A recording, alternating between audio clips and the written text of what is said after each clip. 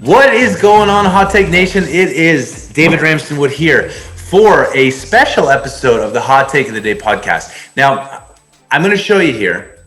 This is my new guitar, and I've been working on guitar for about 25 years, and I'm truly awful. But when I started 25 years ago, you would go on the internet and print off like guitar tab, and then you would sort of like try and bumble through chords. And now when I came back to it in the summer because I was locked in my house and it was really depressing and I needed a hobby, it turns out that the guitar world and the entire world of social media has changed. So I reached out to Steve Stine. Steve, first of all, welcome to the show. I'm so glad that you joined us. I'm excited about this episode. Well, thank you. I'm glad to be here. So I reached out to Steve because when I started going on YouTube and trying to like relearn, I saw that the whole world had changed. And Steve, not only because of his incredible flowing lettuce and charismatic personality, but he's built an entire brand around remote teaching. And so I'm obviously passionate about education, passionate about the changes that are coming in the world to education. And I thought it would be great to talk to Steve about his business and the guitar and what it was like 20 years ago when you first started teaching and what it's like now and building a brand. So Steve, congrats on what looks to be huge success. I see you on Instagram all the time. Could you give listeners like a little background on you and your brain and what you're doing right now with the guitar? Sure. I mean, the background, I've been teaching, or I've been playing since I was 13. And I started teaching when I was 17, and I went to college and all that sort of thing, and started teaching, driving to people's houses for the first year, and then it got so busy that I wound up having to get a studio. I worked at a local music store, Schmidt Music, and they gave me a space to start teaching, and I did that. And when I got older, I was in bands, and there was a point before I got into bands and everything where I was teaching literally over 100 students a week, and that's not group, that was private lessons, because I would just teach 7 days a week as long as I would need to. And then I went to college and did all that sort of thing. I became a professor at North Dakota State University, teaching music there. I was also a Montessori instructor, if you know what Montessori education, obviously, what Montessori is. So I did that for about 14 years and played in bands, played in like 5 bands at once. So about 30 years of my life are nothing but a blur, where I was just working and playing and traveling, and I couldn't do it all. So sometimes I would have to, cancel my lessons on the weekends to play in the band, and then sometimes, whatever. And it was just chaos. And I kept thinking to myself, how am I going to get out of this? Like, I can't do this until I'm 70. I'm going to have a heart attack. And I got an opportunity with this company, GuitarZoom. The founder of GuitarZoom called me one day. I was on break on my Montessori, at my Montessori job. And he's like, hey, I'd like to hire you to do some work for me. So what I would do in the early days is I would go home and not sleep. So at night, I would film for him. And then I would just get up the next morning, go to Montessori, and then I would go to NDSU, and then I would go over to do my lessons. And so it was even more work. And then about 10 years ago, Dan is his name, that owns GuitarZoom, said, look, I know you're going to wind up either divorced or in a nut house or dead if I don't do something. So he goes, I'd love to be able to hire you full-time. Tell me how much you make and everything that you do, and let me see if I can match that. And so, strangely enough, about 10 years ago, I all of a sudden started just doing this. Because here's the deal, David, is at some point, I couldn't do anymore. I was out of time. And right. My life was falling apart. And I kept thinking, if I could go online and I could teach online, I could reach lots of people all at once. So maybe instead of doing 2 lessons in an hour or a class of 10 people in an hour, maybe I could do 100 people in an hour. And I could make a little more money. And that's where this online thing first began. And that's where Dan saw me. And and that's where this whole thing kind of began. And so now I'm completely online. Everything that I do is done online, unless, I'm traveling and doing clinics or something, which isn't happening now with COVID and everything. But normally I would do some of that sort of thing too, to actually meet people. I mean, it's absolutely genius. And so I think about like the college education system, and I love that you were at a college so we can have this conversation. But schools have pushed back so much to the online learning model. And University of Phoenix was kind of the joke. If you remember the movie The Internship, where Owen Wilson and Vince Vaughn, they called the University of Phoenix the Harvard of the online world. And it was like the greatest joke in there. But now with COVID, everyone has had to go remote. And it turns out that now it's actually the quality of instruction that matters. And you can, like, as you do, you put out free videos. And so I've done a lot with you where you don't even know it. And I'm watching some of your videos and I've learned so much about music theory. How do you think that online, done well, since you've been doing it for 10 years, compares to the in-person and the direct? And do you agree that colleges are going to move to this model en masse coming out of COVID? So the second one first, yes, I emphatically think that will happen, that people will wind up, colleges will wind up offering online, just because now that they're over the whatever stigma they had about it, they're realizing that there's benefits for multiple reasons. And it should have been available a long time ago. It's new technology, embracing this technology. All of a sudden, everybody was forced to brace it. And now that everybody's made that technological advancement to being able to do this, I just can't see saying, no, we're not going to offer this anymore. Going back to your first question, what was your first question? Well, the first one around, do students learn as well online? Because I certainly know with my kids doing online high school, it's atrocious. And Yes. So to me, the disruption is good online teachers will be able to destroy public schools, because I would rather pay for my kid to work with someone good. So I'm curious how your students work, and whether they prefer the in-person, like the clinics that you do, or how the videos, like what the trade-offs are. Right. Okay. So there's two things to that, because I have a 12-year-old that's going through this online thing right now. Now, I live in a small town in North Dakota. She's back in school, and she has been for a long time. But, the end of last year, the beginning of this year, we were dealing with that. So let's first talk about guitar, because that's what I know. Now, I've taught literally tens of thousands of people in person before I moved to this online thing. I can't even tell you how many students I had. And the difference for me was that I never thought of myself, just off on just a small tangent for a second, I never thought of myself as a rock guy that makes money on the side teaching guitar lessons. My gift was teaching. My gift was communicating. And I learned that early on, that's what I was good at. That's what God put me on this planet to do, is to try and help people with learning how to do this. It's what my mouth is able to express, right? And so that already was something that was important to me. And what I would do in lessons is, in personal lessons, is instead of handing them a book and going, okay, I want you to do 1 through 3, and then next week it was never that. It was always David and I would meet, and then I would talk to you and say, what are you interested in? And get to know you a little bit and try and cater the lessons toward you. Now, any teacher knows that when you do that, it's a lot more work than it is just grabbing a textbook and putting it in front of somebody and going, okay, do these and then come back and let's grade you and see how you do. So in terms of online guitar, the one place that it's still incredibly valuable to be able to be in person is in the very, very beginning. Because I'd rather look at you and go, no, turn your pick this way. Or grab your wrist and turn it a little bit and go, try this, right? Or turn the guitar a little bit as we're sitting together and go, try and hold it like that.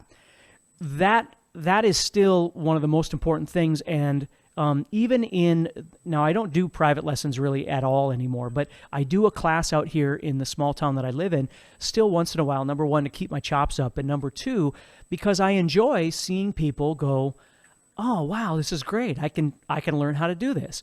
And it keeps me motivated to keep doing what I'm doing.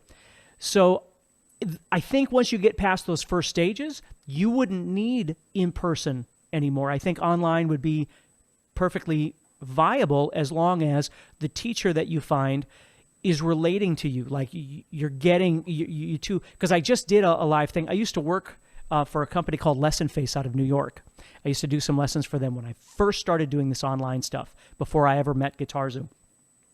And I still occasionally will do a live class with them. They'll call me and go, hey, would you mind doing a free live session, a beginner's class? And I love doing that stuff. And that's the thing I try and explain to everybody is you got to find the right teacher.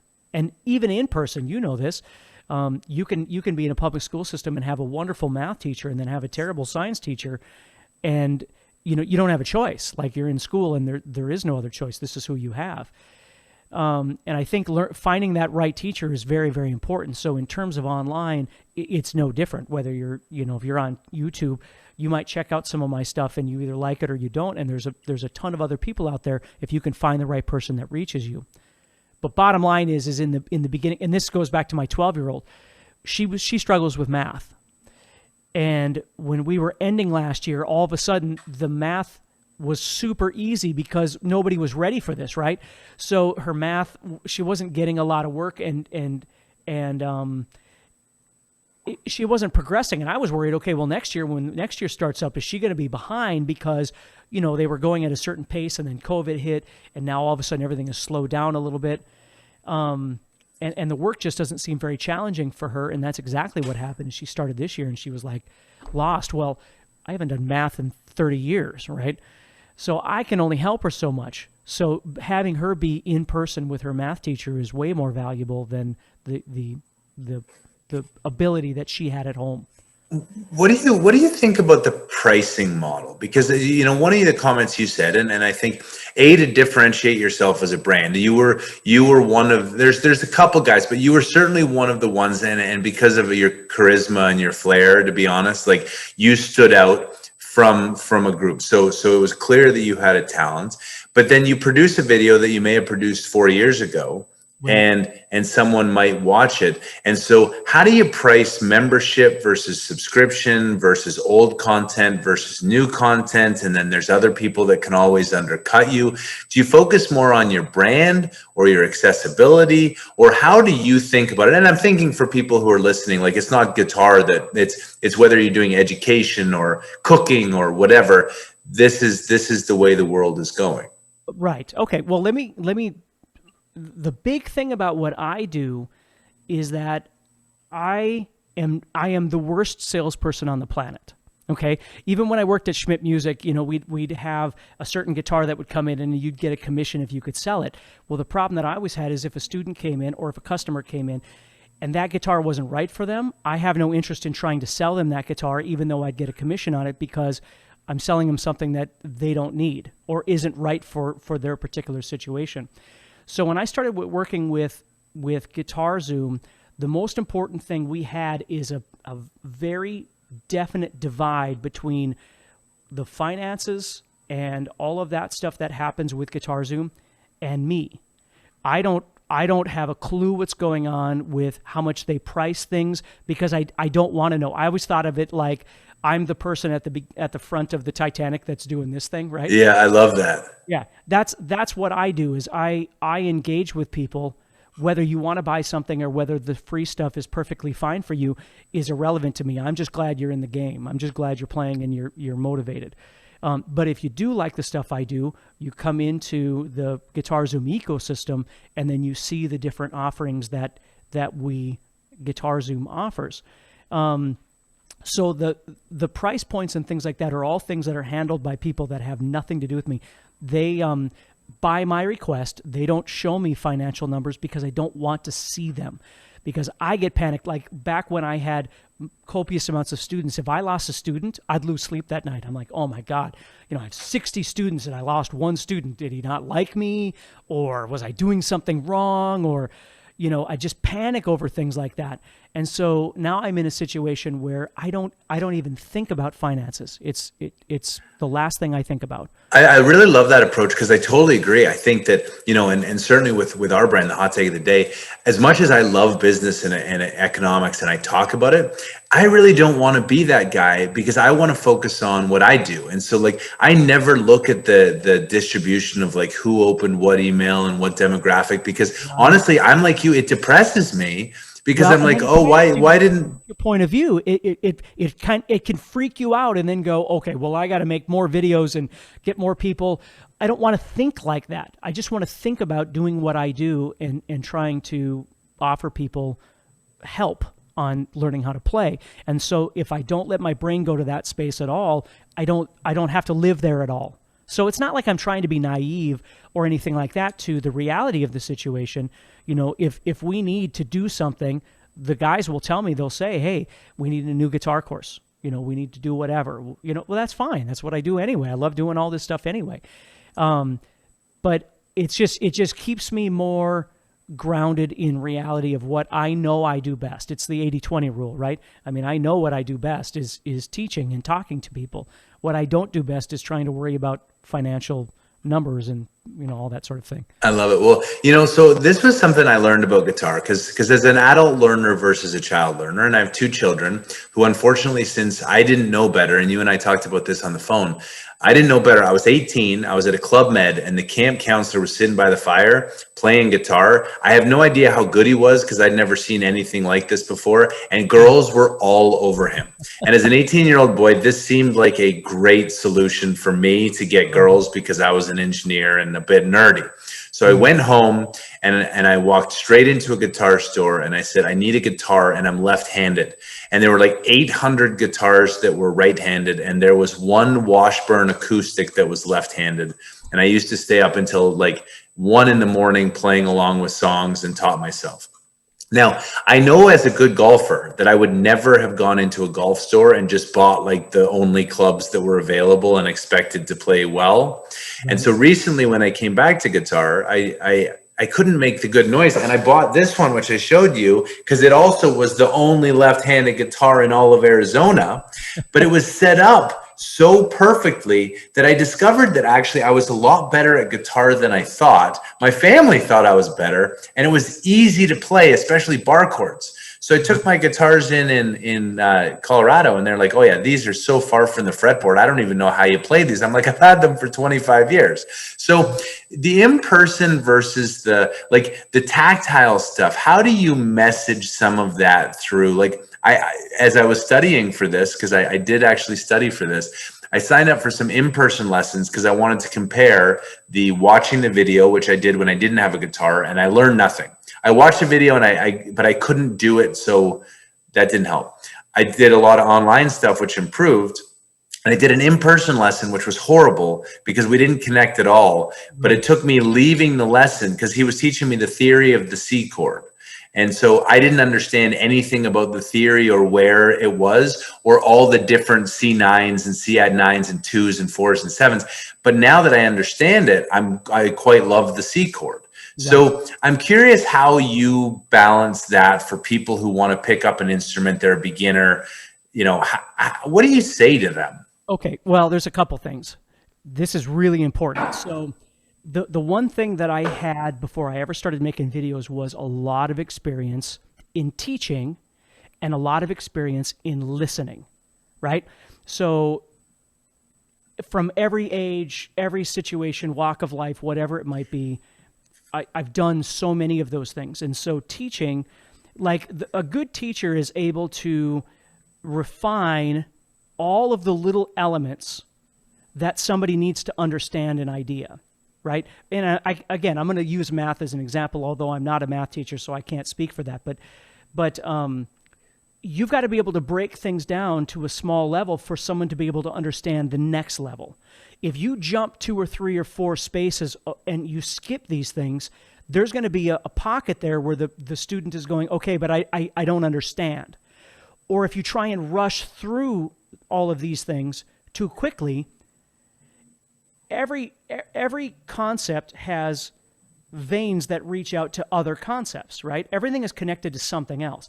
And if you try and move too quickly, or you grab something that's a little bit too thick and it's got too many pieces to it, a beginner is not going to be able to look at that and understand what they're supposed to do with it. So the importance of being a good educator, whether it's my Montessori education or whatever it might be, in teaching, is getting humans to understand that piece, that element. And so when I teach, it's all about small bits of information. Even my videos, like when you make videos, you don't want to make a video that covers 17 things. Now, it's okay if those 17 things, you're making a video that is geared towards someone who is already at a certain level. And you might preface that at the beginning of your video. Hey, this video isn't going to be, if you're studying this or this isn't really going to be for you. This is a little bit higher up.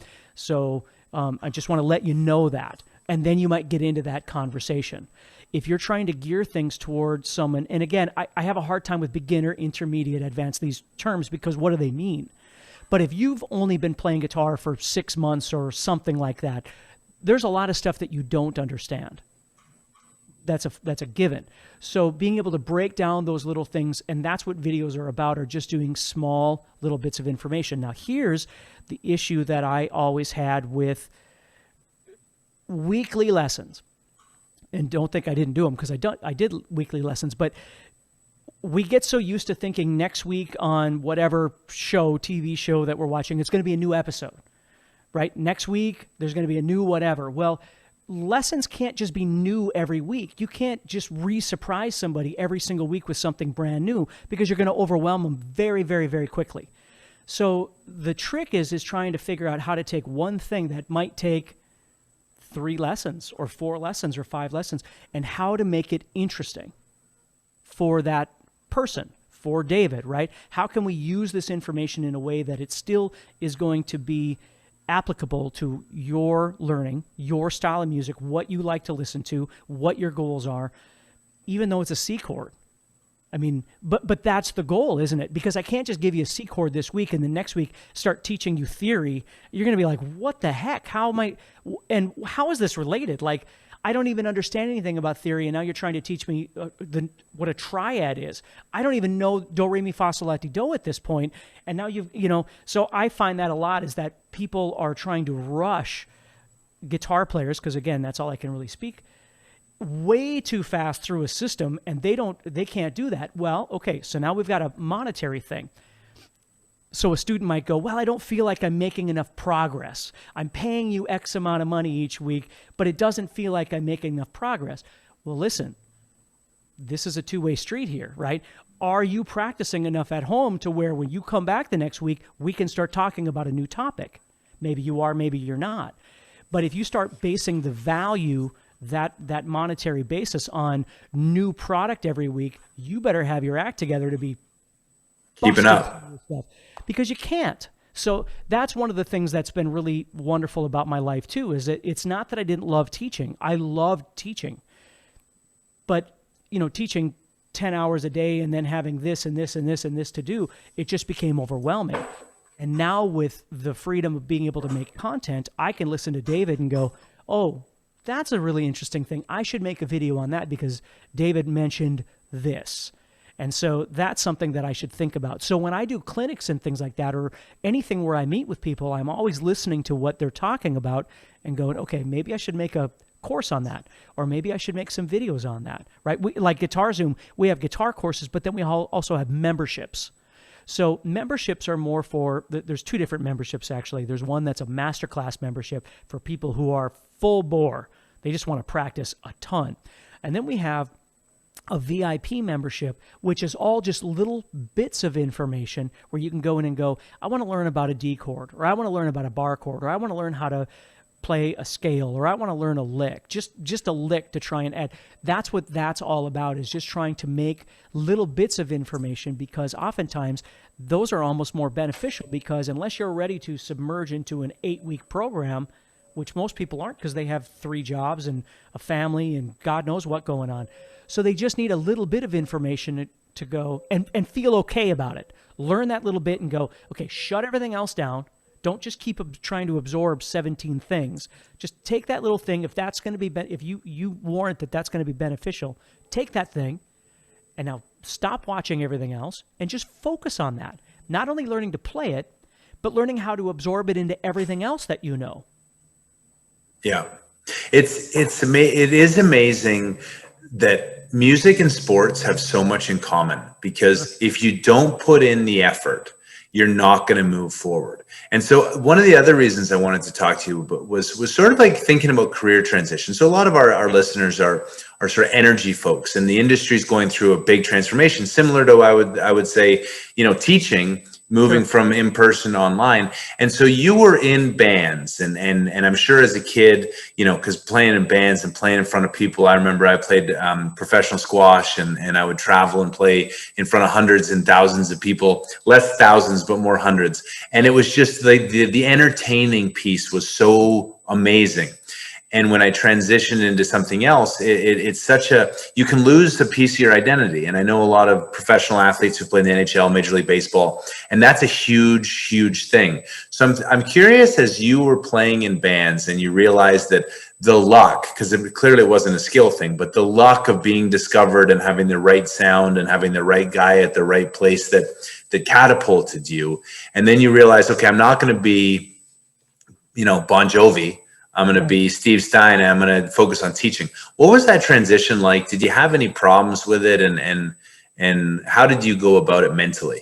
Well, okay. So 2 things about that. Very early on, you realize that playing in bands, first of all, playing in bands, I always tell people the moment I started making money was the moment I stopped playing in bands.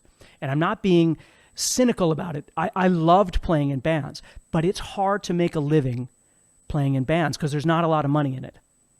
So unless you're really trying to pursue something on a grander scale, or here's the problem with playing in a band, right? Is either you're playing music that they want to hear, or you're playing music that you want to play.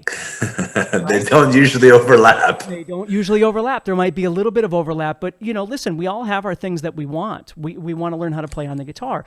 That doesn't always translate into what you're playing on stage for a dancing crowd that makes money, right? Now, if you can find a way that works for you and you can make money at that, I think that's awesome. My job is never to judge anybody. I've got my own things going on over here. But for me, I never wanted to be that dance band kind of guy. I wanted to play what I wanted to play, and I wanted to rock out and shred on the guitar and do that sort of thing. And I wound up in a number of different bands, but I wound up in some bands that were very popular locally because we would do a cross of those things. People would enjoy not only the music, but they'd enjoy the entertainment, the banter, and the stage presence and all that kind of stuff. And so I really learned to love being on stage for that sort of thing. When I quit those bands to start doing what I'm doing now, it took a while to transition. And then what I was able to do is play in bands now where it's never been about popularity. If it had been about popularity and trying to get into a big band, I wouldn't have stayed in Fargo. I mean, I would have moved somewhere else. That would have been the first thing I should have done. But so early on, when I was a teenager, this lesson thing just blew up, and I was making money doing that. And when I made the transition from doing a lot of lessons to doing a little less lessons and more band stuff, I was just making very little money. So when I transitioned back out of there, and it's not that it's about money, but listen, you got to pay your mortgage. Got to pay the mortgage. I always say that. And the beauty of it is I did love teaching. It's just now all of a sudden I could teach freely and do what I want to do, which was what we were talking about before. So when I made that transition out of bands, I could still play in bands, but I didn't have to make money. I could do it just because I wanted to do it with friends, play music that we want to play. Maybe 20 people show up. Maybe 300 people show up, right? But those people that show up are really enjoying what we're doing, and we're enjoying what we're doing. And it's okay. My heater's going to kick on, so it's going to get a little. All good. I know it's a little chilly in North Dakota at this time of year. Yeah. But it's not about the money anymore. So I wasn't playing to make money to pay my mortgage. Now I'm playing because I'm enjoying it. So the weird thing about popularity or fame or whatever you want to call it is I've found whatever that is in a different way through what I'm doing right now. Is it better than playing on stage? Well, yes and no in different ways. But now what I'm able to do is spend more time with my family. I mean, I almost wound up divorced because I was never home. My wife was trying to raise our 2 kids, and I was always gone, whether it was teaching or on the road or whatever. Now I'm home, and I enjoy being home. So when I do travel, and I do like a guitar clinic or whatever it might be, I enjoy being gone, but I enjoy coming home. So if that kind of answers your question. Yeah, no, and the parallels are amazing because I always said this with energy. I said, no matter how good you are in your career, you should always be being underpaid because that means that you're progressing. Once Right. you're overpaid, you should start worrying that there's someone cheaper. And Right. for me in oil and gas is my favorite thing after I stopped playing squash and when I wasn't trying to play golf and now that I have guitar, but like it was my hobby and I loved it. And I never really cared how much I made because I always knew if I became the Tiger Woods of oil and gas, I would eventually be paid like the Tiger Woods of oil and gas. But Right. I never cared. And then when I did the hot take, which was a totally different level of notoriety, similar to what you said with teaching, I don't look at my content. I write what is in my heart and I'm authentic and I enjoy it. And then Right. whatever happens, happens. And so I find the parallels just really interesting. Tell us a good, either like teaching story, generically about someone who either was like just, an unbelievable wizard and picked it up like at a speed you couldn't imagine, or the alternate where you're like, dude, I gotta be honest, like you're playing the wrong instruments. Well, I'll What? tell you, Talk about that. the thing about teaching lessons that any guitar teacher will tell you is that you spend 80% at least of your time teaching beginners G, C, D, A chords. Because you can play 180,000 rock songs if you know those 4 chords. Well, but from a teacher's perspective, it's just telling the same story over and over and over. And again, I'm not saying it's bad, and I'm not saying I didn't enjoy. You enjoy the student, you don't necessarily enjoy the content, right? So that was one thing that would just drive you crazy after a while. Is you'd want to be able, every once in a while you'd get a student that would come in that has already had all of this and they've already been playing for a while, and you could have a really great lesson because you could show them all these things that you work on, that you practice, and now you're able to find someone who is able to absorb some of this stuff. So that was one thing that was always really fun for me. I've had a few different students over the years. Like I have students, again, I've been doing this for a long time, so I have students that are all over the place out there in the United States that are still playing in rock and metal bands. I had a student once that was just absolutely determined to be a metal guitar player, and I showed him Stevie Ray Vaughan, and his trajectory changed. Like everything that he wanted out of life all of a sudden changed. He wound up moving out to Hawaii and playing in a blues band, and that's where he's been for the last, 20 years. And I still talk to him once in a while. One of my guitar students early on, she plays with Kid Rock. She's a singer for Kid Rock, but she still plays guitar and stuff, and I still talk to her. So there's a bunch of people out there. But then you hear stories like, Shawn Mendes, if you know who Shawn Mendes is. Yeah. His team got a hold of me because they were doing a documentary, and they wanted to talk about me in the documentary because one of the ways that he learned how to play was by watching YouTube. Well, I'm evidently considered one of the grandfathers of guitar YouTube.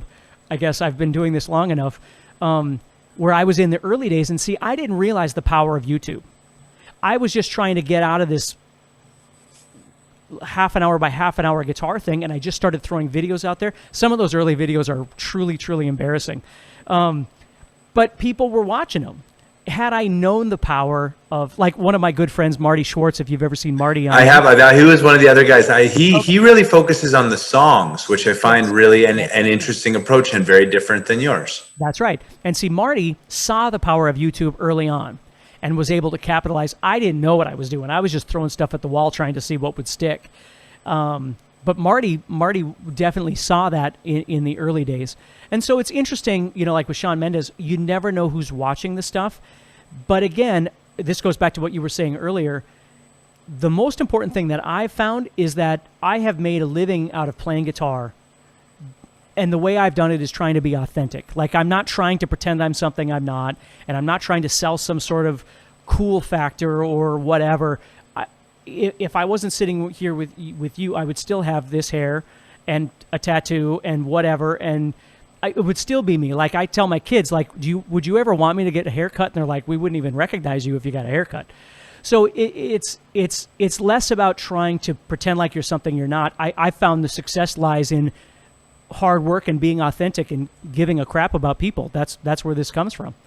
So you have the guitar out, which is a beautiful Fender. I imagine yours is a little bit more on the better side than mine, but I will tell you, I absolutely love the sound of these Fenders. Like, and it's been such a joy. I had never learned to solo. Like, all I would do is, I play the GCD songs. My first song I ever learned was the Tom Petty live that I had on Napster, playing King's Highway at a concert. And so I even hear the album version, and I don't like the album version because I like his acoustic live version with everybody singing. And I'm like, and I mean, I just absolutely adore Tom Petty. But I've recently got into soloing, and it's amazing. It truly is patterns and math, and I find it's just so soothing and fun to put on a backtrack and play. And then I'm amazed that the world can exist, that I can go on YouTube and type in C major backtrack, and then I can solo horribly for like an hour. And you learn so much, but you feel like you're a rock star in your own, like, now obviously I don't want anyone to hear it and I'm wailing like I'm singing in the shower. But it's truly a cathartic, amazing thing. Now, are you hooked up that you can like give us a little, give us a little chat on something that you want to talk about? Whatever. This is your minute, 2 minute, 3 minute. You tell us something that you just want to share today.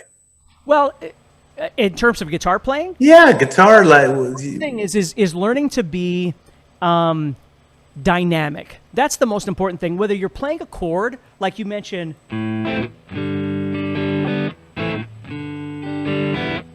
little.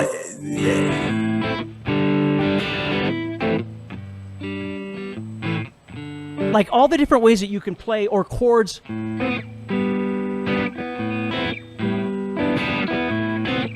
Different variations of things that you can do. Right? Learning how, when you play, and this goes back to the theory thing you mentioned about the C chord. Now, I went to college and studied theory, and I think theory is very important at some stage in your playing. Now, because we are wired the way we are, oftentimes people theory is like math, right? Theory is an educational thing that we can discuss. And I always try and remind people, theory is very important to some people at some point in their life. But music isn't about speaking. Music is about playing. I'm not impressed by how much you can tell me about theory and logic of guitar playing. What I'm more impressed with is when you grab the guitar, does something authentic come out of it? So when you're practicing, one thing to really think about, whether it's chords or scales or whatever it might be, is think about dynamics. Think about phrasing. Like, I don't know if you're going to be able to hear this, but when you and I connected right at that time, when I create content, sometimes what I do is I create content with an idea of 3 or 4 things at the same time. Yeah. So right now I'm putting together a song course, a songwriting course for GuitarZoom. So I just started coming up with an idea this morning. Just a melody in my head, and I started trying to put it down. And then that will also be used for, there's a company out there called STL Tones that makes guitar plugins, and I'm using their plugins for this because it sounds perfect for this. So I'm making kind of multi-content at the same time while I'm talking to you. So what I came up with this morning was, let me see if I can get this to work here. Give me just a second. I'm glad while you're bringing it up. I'm glad, because I was about to start singing and go, "It's all right if you love me. You're out of a job. It's all right if you don't." I mean, it's just so good. Okay, so like this. Let me see if you can hear this. Yeah, a little backtrack. Yeah.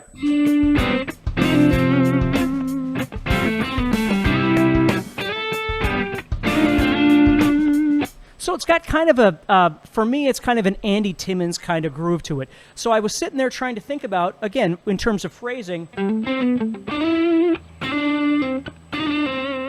like that, where you've got little slides and things that really add dynamics to your playing. Where if you play,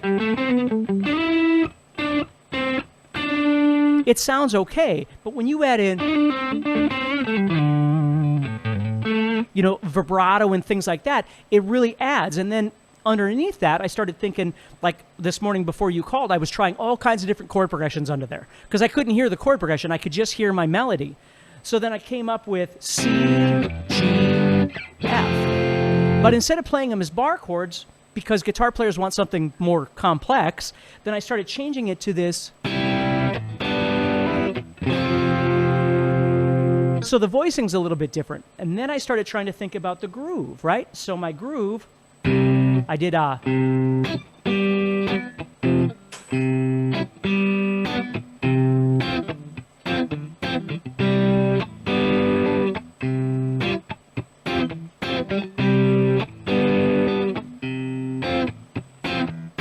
okay, and then it goes to a D minor, and instead of just playing a D minor, I decided to try. So again, thinking a little bit about trying to make it fit interestingly into the music. So creativity, right? Dynamics, that's what you're looking for. So that's something I would say, regardless of whether you play guitar or you play another instrument or it's something completely out of the field, the goal is to be creative with what you're doing. Make it dynamic, just like speaking, right? You know this. If you're going to speak in front of a large group of people, I've done clinics before where I'm speaking in front of hundreds of people. You got to keep their attention. How do you do that? Intonation, creativity, phrasing. That's right. It's all about the personality and charisma, and you have to be authentic. I mean, that's the whole thing. So when somebody sees you or meets you or whatever the case may be, you're the same person. At least for me, you're the same person no matter whether they meet you last year or 3 years from now or see you on a video. Except I'm smaller in person. Everybody will go, "Man, you're so short in person." Which is true. But that's the whole thing for me. And again, I am very blessed. There's not a day that comes by that I don't think about the fact that I am very blessed, and I try and take maximum opportunity out of the blessing that I've been given, the opportunity that I've been given to do what it is that I'm doing. So, well, I absolutely love it. I'll ask one more question, then I'll let you go. If you could go back to Rock Band Steve, and you were young and trying to figure it out, and you look at where you are today, what do you wish you knew then that you've learned now that would have made the journey better, faster, smoother, or make you happier? Well, if I changed anything, I would have had less time to do something else. But the two things I would say that I wish I had spent more time with, which does mean I would have spent less time with this, but would have been singing and piano. I would have liked to have learned those. Again, not in a traditional sense maybe necessarily, but I wish I'd spent more time learning about singing, and I wish I'd spent more time learning about piano. Just because I'm very, very attracted to both of those things. So when I play, like if I have piano parts on my songs, my piano parts are done with a MIDI guitar. They're not done with a piano because I can't play piano very well. So I use a MIDI guitar and just use piano sounds. Interesting. Well, I love that. Steve, I've really enjoyed this conversation because I'm just so passionate about the joy that I've got from the guitar and the music. And I truly, you really do have a teaching gift. I love your videos. I love what you've been doing. I love that you've broken down the in-person online and you figured out a way to scale, because there's only so many hours in a day. And if you're selling yourself hourly, you got to figure out how to break it. And I think you've done it really well and given some great advice to those who want to start a business on something they love. And just the charisma with which you come through is really impressive. And I've really enjoyed this. So thank you for joining us. Well, thank you. I really appreciate that. One last thing I would say is when it comes to videos and stuff, for someone who is trying to look at starting an online business and things like that, you don't necessarily need a really big professional looking studio, but you need to do all the other things. You need to be authentic and that sort of thing. And just make sure your videos, like right now you're seeing a mess because I actually shoot that direction normally. But I'm okay with this. I'm okay with people seeing, my paint station back there and all that kind of stuff. It's okay because again, this is just me. This is what I do. So I film most of my podcasts from the basement in my house. And so I feel I know exactly how you are. Well, until next time, listeners, be safe, be good, have a great day, and bye for now. All right. Take care. See you later. Thanks, Steve.